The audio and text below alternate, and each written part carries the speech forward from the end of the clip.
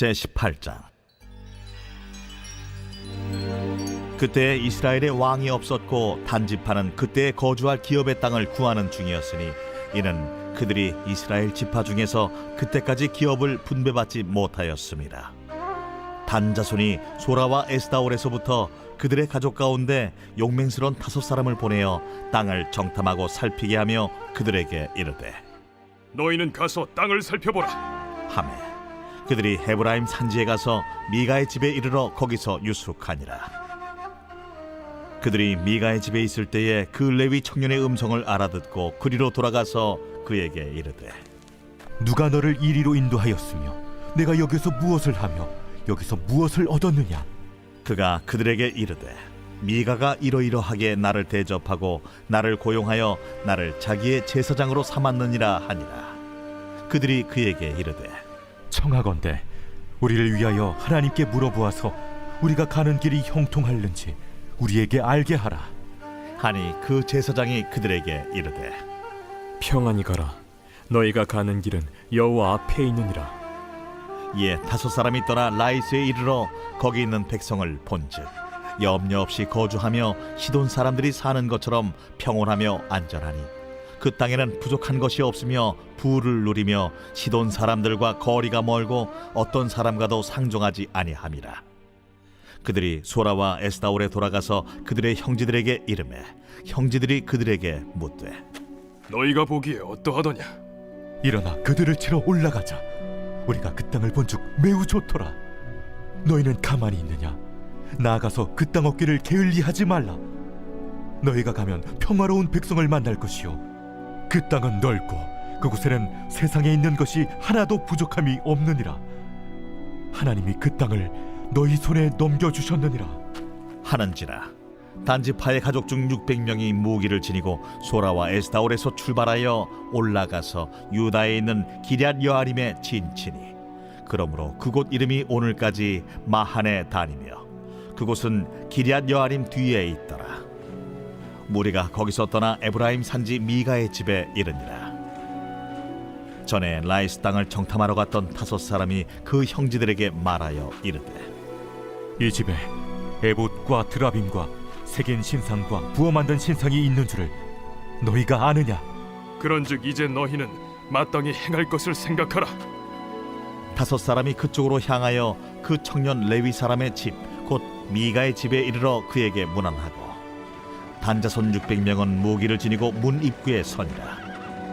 그 땅을 정탐하러 갔던 5사람이 그리로 들어가서 새긴 신상과 에봇과 드라빔과 부어 만든 신상을 가져갈 때에 그 제사장은 무기를 지닌 600명과 함께 문 입구에 섰더니 그 5사람이 미가의 집에 들어가서 그 새긴 신상과 에봇과 드라빔과 부어 만든 신상을 가지고 나오매 그 제사장이 그들에게 묻되 너희가 무엇을 하느냐? 잠잠하라. 내 손을 입에 대라. 우리와 함께 가서 우리의 아버지와 제사장이 되라. 내가 한 사람의 집에 제사장이 되는 것과 이스라엘의 한 지파 한 족속의 제사장이 되는 것 중에서 어느 것이 낫겠느냐? 그 제사장이 마음에 기뻐하여 에봇과 드라빔과 새긴 우상을 받아가지고 그 백성 가운데로 들어가니라. 그들이 돌이켜서 어린아이들과 가축과 값진 물건들을 앞세우고 길을 떠나더니 그들이 미가의 집을 멀리 떠난 때에 미가의 이웃집 사람들이 모여서 단자손을 따라 붙어서 단자손을 부르는지라. 그들이 얼굴을 돌려 미가에게 이르되 내가 무슨 일로 이같이 모아가지고 왔느냐? 내가 만든 신들과 제사장을 빼앗아 갔으니 이제 내게 오히려 남은 것이 무엇이냐? 너희가 어찌하여 나더러 무슨 일이냐고 하느냐? 내 목소리를 우리에게 들리게 하지 말라. 누한 자들이 너희를 쳐서 내 생명과 내 가족의 생명을 잃게 할까 하노라. 단자손이 자기 길을 간지라. 미가가 단자손이 자기보다 강한 것을 보고 돌이켜 집으로 돌아갔더라. 단자손이 미가가 만든 것과 그 제사장을 취하여 라이스에 이르러 한가하고 걱정 없이 사는 백성을 만나 칼날로 그들을 치며 그 성읍을 불사르되 그들을 구원할 자가 없었으니 그 성읍이 베드로홉 가까운 골짜기에 있어서 시돈과 거리가 멀고 상종하는 사람도 없음이었더라. 단자손이 성읍을 세우고 거기 거주하면서 이스라엘에게서 태어난 그들의 조상 단의 이름을 따라 그 성읍을 단이라 하니라. 그 성읍의 본 이름은 라이스였더라. 단자손이 자기들을 위하여 그 새긴 신상을 세웠고 모세의 손자요 게르솜의 아들인 요나단과 그의 자손은 단지파의 제사장이 되어 그 땅 백성이 사로잡히는 날까지 이르렀더라. 하나님의 집이 실로에 있을 동안에 미가가 만든 바 새긴 신상이 단 자손에게 있었더라. 오늘 새벽에도 주님의 보좌 앞으로 나오신 성도님들에게 하나님의 은혜와 평강이 함께 하시기를 축원드립니다. 오늘 사사기 18장 말씀 함께 살펴보도록 하겠습니다. 사사기는 왕이 없으므로 백성들이 왕을 갈망하는 장면을 보여주고 있습니다. 여호수아가 죽은 이후에 이스라엘은 지파별로 정복 전쟁을 진행하게 되는데요. 이스라엘이 가나안 족속들을 다 몰아내지 못하였습니다. 그래야 함께 거주하게 되는데요. 그들이 힘이 없어서 몰아내지 못한 것이 있었고 또 힘이 있었지만 가나안 족속을 노역으로 삼고자 몰아내지 아니한 것도 있었습니다. 이로 인해서 이방인의 신들이 이스라엘 가운데 유입되게 되었고 그들은 하나님과 멀어지며 우상 숭배하게 되었습니다. 하나님이 이스라엘의 시선을 하나님께 돌이키게 하기 위하여 전쟁을 통해 그들을 징계하시죠. 이스라엘은 하나님 앞에 고통 가운데 회개하며 하나님은 사사를 세우시고 그들을 구원하십니다. 이것이 계속 반복되는데요. 사사기는 12명의 사사가 등장을 하죠.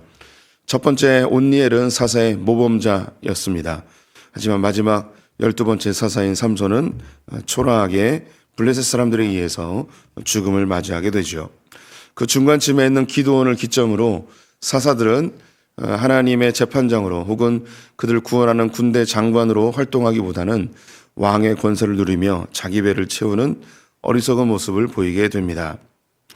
이스라엘 백성들이 왕을 갈망하며 사사를 왕처럼 대우하자 사사들은 자신의 본분을 잊고 왕의 권세만 누리게 된 것이죠.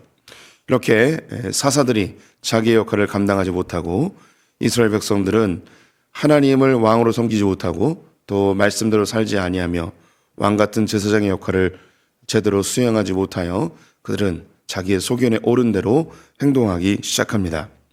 사사기의 뒤에는 두 개의 큰 에피소드가 등장을 하는데요.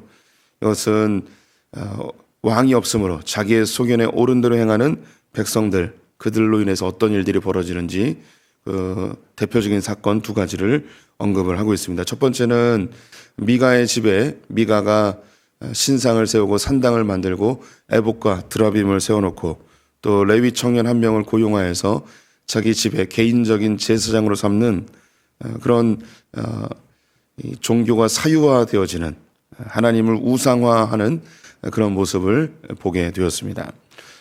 성경은 반복적으로 그들에게 왕이 없음으로라는 단어를 사용하면서 이 왕이 없음으로 인해서 그들에게 나타난 현상을 보여주고 있는 것이죠.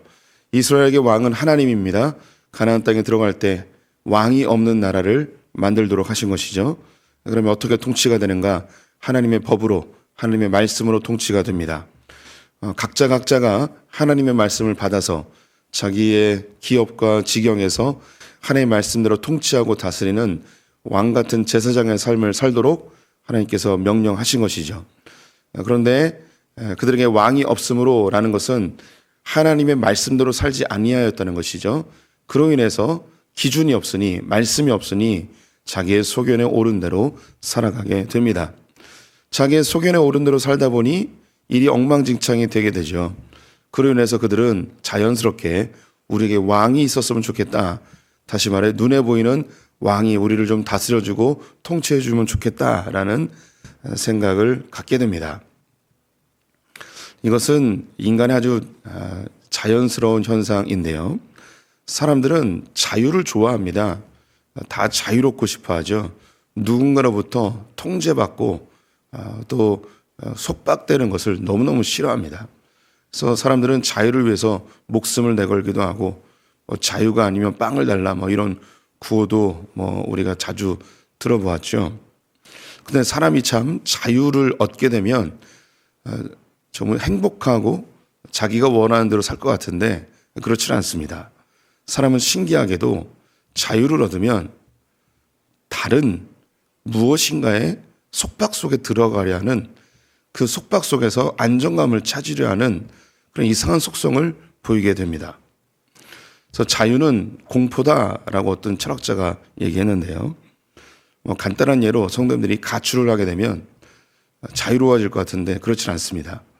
억압받는 부모님, 폭력적인 부모님, 그런 답답한 가정의 환경 속에서 좀 벗어나서 행복하게 살아야지, 자유롭게 살아야지 하고 호기 있게 집을 나왔습니다. 하지만 집을 나온 순간부터 두려움이 몰려오기 시작합니다. 어디서 자야 되는가? 뭘 먹어야 되는가? 그러면서 자기를 속박해 줄 수 있는 어떤 곳으로 들어가게 되죠. 이때 안타까운 것은 더 안 좋은 곳으로 가게 됩니다. 요즘 이제 젊은 아이들이 집을 나오게 되면 우리 기성세대도 뭐 같은 형태였죠. 뭐 깡패 집단이나 혹은 더 폭력적인 집단으로 들어가서 거기서 완전히 지배당하고 폭력을 당하고 앵벌이 받고 막 이런 삶을 살아가는 것을 우리가 직접적이지 않지만 언론이나 기사나 뭐 이런 것을 통해 간접적으로 경험해 보았을 것입니다. 이게 사람의 속성이에요. 자유는 공포거든요. 그래서 또 다른 속박으로 빨려 들어가게 되어 있습니다. 그럼 우리 인간들은 에덴 동산에서부터 하나님의 법과 하나님의 질서 안에 사는 것을 싫어했습니다. 그래서 이것을 벗어나 자유를 찾아서 가겠다라고 하죠. 자유를 찾아 갔는데 그것은 사단이 지배하는 세상이었습니다. 그 세상에서 수고하고 무거운 짐을 짊어지고 살아가게 되죠. 미혹당하여서 내가 조금만 더 하면 자유를 줄게, 조금만 더 하면 행복을 줄게, 조금만 더 하면 평안을 줄게. 그래서 이 사단이 지배하는 세상에서 우리가 미혹되어져 우리는 더 깊이 속박으로 빨려 들어가게 됩니다. 그 마음속에 또 갈망하는 게 자유를 얻었으면 좋겠다라는 것이죠. 그렇게 빨려 들어가게 됩니다. 왕이 없으므로 자기의 소견에 옳은 대로 행하면 자유로워질 것 같은데 그렇지 않습니다. 이 자유가 공포가 되어서 또 다른 속박으로 들어가죠. 미가는 왕의 하나님의 통치와 다스림을 벗어나 자기의 소견에 옳은 대로 행하며 어디로 흘러가는가? 우상으로 흘러 들어가게 됩니다. 그런 레위 청년을 자기의 제사장으로 삼고 집 안에 신당을 짓고 부어 만든 신상과 그리고 하나님을 끌어당길 수 있는 에봇을 만들고 그리고 그 당시 유행하였던 드라빔도 집에다 모셔놓고 그는 그곳에 우상 숭배자로 즉 우상의 속박 속에 살아가게 됩니다. 오늘 읽은 18장에서는 이 미가의 집에 단 지파의 정탐꾼들이 찾아오는 장면으로 시작을 합니다. 단 지파는 유다 지파 옆에 그리고 에브라임 지파 밑에 즉 블레셋과 그 사이에 놓여 있는 게 단 지파였습니다. 이 땅은 매우 비옥한 땅이었는데요. 그래서 블레셋 지파가 이 땅을 너무너무 좋아했고 그래서 이스라엘이 좀 강해지면 그 땅을 빼앗기고 이스라엘이 약해지면 다시 블레셋에게 빼앗기고 뭐 이런 곳이 이 단 지파가 있었던 쉐펠라 지역입니다. 그런데 이 땅을 이 단 지파가 분배받았습니다. 그런데 이 땅을 정복하지 못하고 이 땅에서 헤매는 인생을 살게 되죠. 블레셋은 철병거를 갖고 있어서 전쟁하는 것이 무척 두려웠습니다. 그로 인해 살기 좋은 곳이 어디 있을까 정탐꾼을 보낸 것이죠. 그래서 이 정탐꾼이 어디까지 올라가냐면 오늘 본문에 단이라고 나오는데요. 라이스 지역입니다. 여기는 갈릴리 북쪽입니다. 제일 꼭대기가 이곳입니다. 그곳까지 올라간 거예요. 여기까지 올라갈 수밖에 없었던 이유는 다른 이스라엘 가나안 땅은 다른 지파들이 다 차지하고 있었거든요. 그래서 그 위까지 올라가게 됩니다. 그 과정에 미가의 집에 들리게 되었습니다. 여기서 레위 청년 제사장을 발견하게 된 거죠. 너는 레위인인데 왜 이 집에 머물러 있느냐? 너의 사정을 얘기해라 라고 했더니 이러이러해서 내가 여기서 제사장하고 있습니다. 그러면 우리가 정탐을 하러 가는데 하나님께 한번 물어봐라. 우리가 평안하게 갈 수 있는지. 하나님이 여러분과 함께 합니다 하면서 그 이야기를 듣고 올라갔더니 라이스 지역을 발견합니다. 이 라이스 지역은 아주 평온한 곳이었고 부족함이 없는 땅이었습니다. 갈릴리 북쪽에 비옥한 곳이었죠.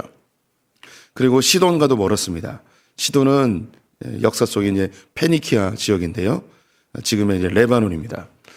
그곳이 역시 이제 강력한 곳이어서 그들과 엮이면 또 전쟁을 해야 되니까 이 전쟁을 피하여서 그 라이스 지역을 차지하면 좋겠구나라고 생각을 합니다.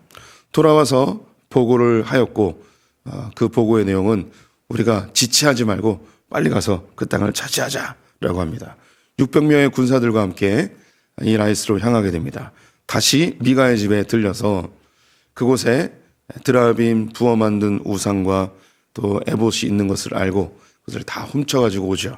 그리고 그 레위인에게도 이야기합니다. 네가 한 가정의 제사장으로 사는 게 낫겠냐 아니면 한 지파의 족속의 제사장으로 사는 게 낫겠냐 하며 그를 데려갑니다. 이 레위 제사장 역시 한 지파의 제사장이 되는 것이 훨씬 자기에게 유익이 있다 생각해서 따라가게 되죠. 미가가 뒤늦게 자기의 우상들과 제사장을 다 빼앗긴 것을 알게 됩니다. 그러자 이 미가가 뭐라 이야기하는가?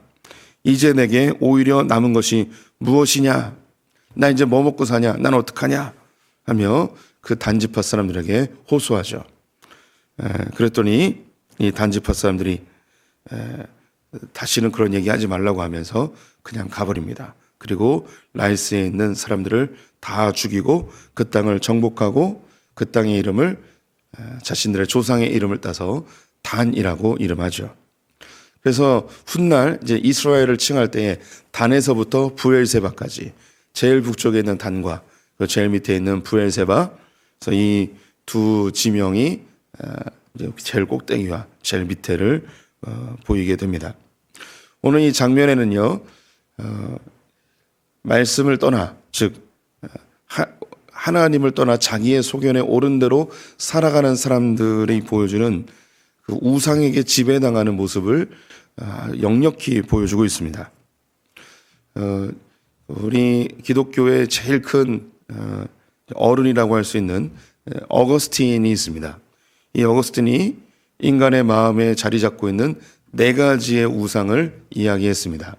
인정의 우상, 통제의 우상, 평안의 우상, 권력의 우상 네 가지를 얘기했는데요. 인정의 우상은 사람들에게 사랑받고 인정받는 것이 내 삶의 가장 큰 목표, 우상이 되는 것이죠. 두 번째, 통제의 우상은 모든 상황을 내 마음대로 통제하려고 하는 것입니다. 사람들을 통제함에 있어서 돈으로 통제할 때도 있고요. 힘으로 통제할 때도 있고 미모로 통제하는 경우도 있습니다. 지식으로 통제하려 하기도 하고요. 사람들은 이 통제 우상을 다 가지고 있죠. 미래를 예측하고 싶죠. 그래서 미래를 예측하는 것도 미래를 내가 통제하려고 하는 이 우상의 한 종류입니다. 또 평안의 우상은 자기 삶의 가장 큰 목적이 평안해지는 거예요. 문제 없이 편안하게 사는 게 자기의 제일 큰 우상이 될 때가 있습니다. 권력의 우상은 힘을 얻는 것입니다. 모든 것을 자기 중심적으로 통제하려고 하는 이 통제 우상하고 비슷한, 또 이 힘도 역시 돈을 좋아하는 게 이 돈을 통해서 자기가 힘이 있다는 걸 과시하고 싶은 욕구도 있는 거죠. 그리고 정치적인 것 혹은 사람을 내 마음대로 통제할 수 있기 위해서는 권력이 있어야 되는 권력의 우상이 또 우리의 중심에 놓일 때가 있죠. 오늘 본문에는 이 네 가지의 우상이 아주 믹스돼서 나와 있습니다. 첫 번째, 이 5명의 정탐꾼이 라이스로 가려고 할 때에 그들이 원했던 것은 편안히 가고 싶어 하는 것이었습니다. 또한 이 단 지파 전체에게 평안의 우상이 있었습니다. 블레셋과 싸워서 그 땅을 정복해야 되는데 블레셋과 싸우는 것을 피했습니다. 당연히 희생이 있겠죠. 어려움이 있겠죠. 하지만 하나님이 함께 하심으로 그들이 전쟁에서 승리할 수 있을 것을 믿음으로 바라보지 않고 그들은 편안하게 살 수 있는 방법을 찾습니다.